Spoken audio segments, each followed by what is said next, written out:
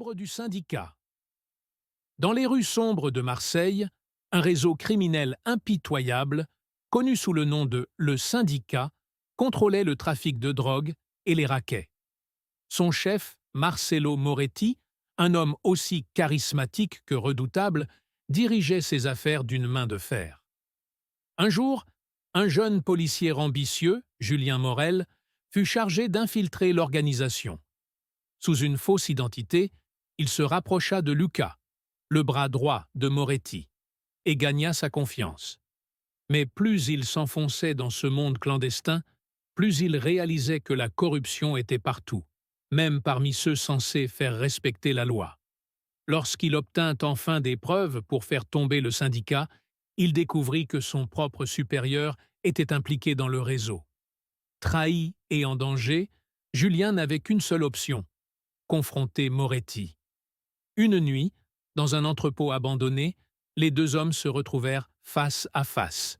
« Tu es plus malin que je ne le pensais, flic », murmura Moretti avec un sourire en coin. Mais avant qu'il ne puisse réagir, la police, alertée par Julien, fit irruption. Moretti fut arrêté, mais Julien savait qu'il y aurait toujours une autre ombre prête à prendre sa place.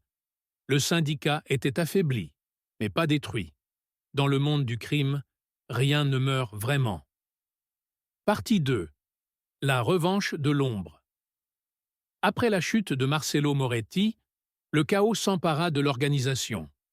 Les hommes du syndicat étaient comme des loups sans chef. Certains prirent la fuite, d'autres se disputèrent le pouvoir. Mais un homme restait tapi dans l'ombre. Luca, le bras droit de Moretti. Luca était plus intelligent qu'il n'y paraissait. Il n'était pas seulement un fidèle lieutenant, il attendait son heure. Lorsque Moretti fut arrêté, il ne tenta pas de le sauver.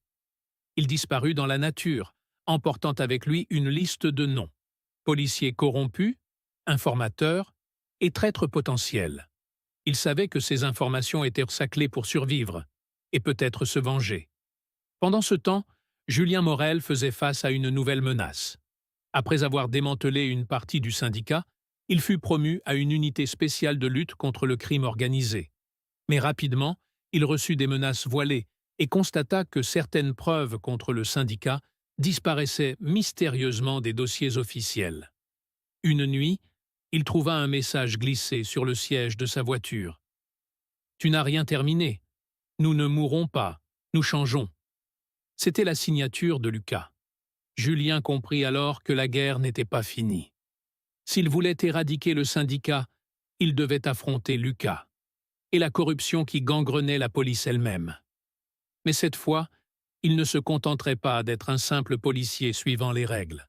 Il devait devenir un chasseur, dans un monde gouverné par les loups. L'ombre du syndicat.